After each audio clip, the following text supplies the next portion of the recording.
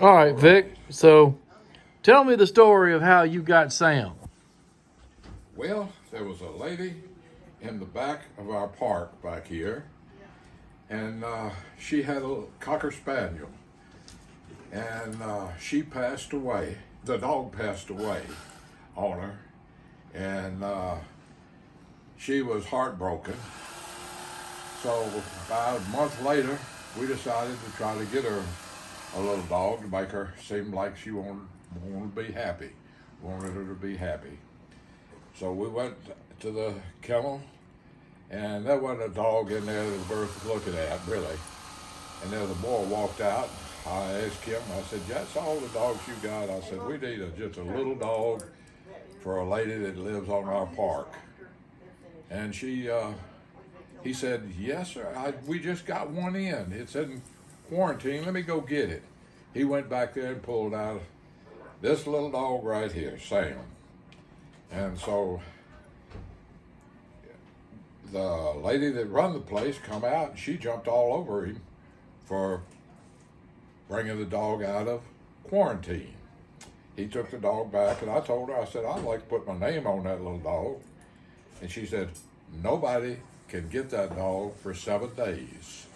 The first person here 7 days from now that has the money can get that dog. I said, okay.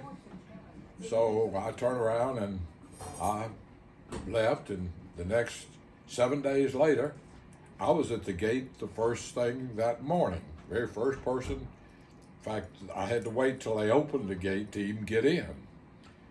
I got in and went in, asked the young girl, I said, y'all still have that little Yorkie? She said, yes, sir, but it's sold.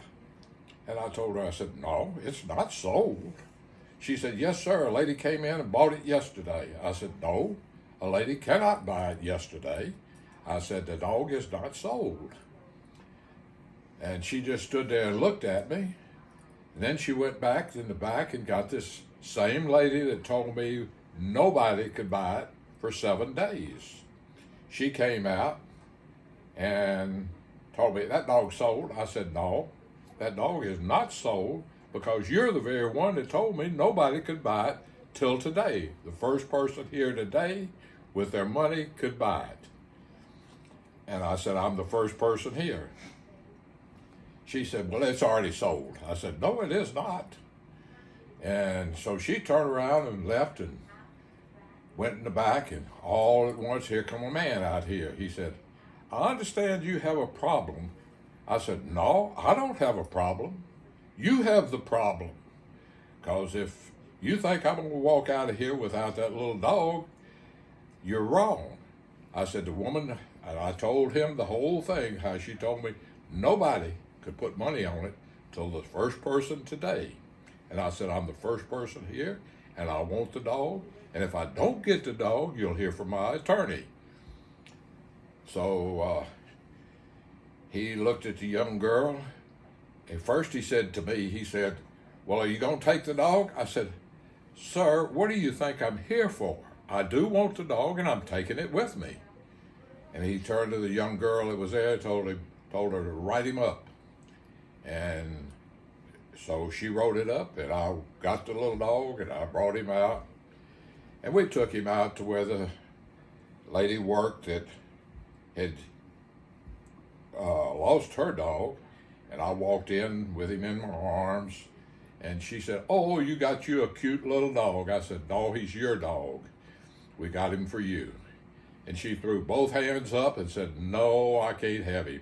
I can't have him. I can't handle it. And so I walked back out to the car. And I said, well, got a dog. Didn't want one, but I got a dog. Because there's no way I could have taken him back to the pound where we got him from after I'd said what I did and done what I did. So that's how I got Sam. And he's been a good partner and a good buddy to me for the last 11 years. He's my buddy, and he's meant a lot to me over these years.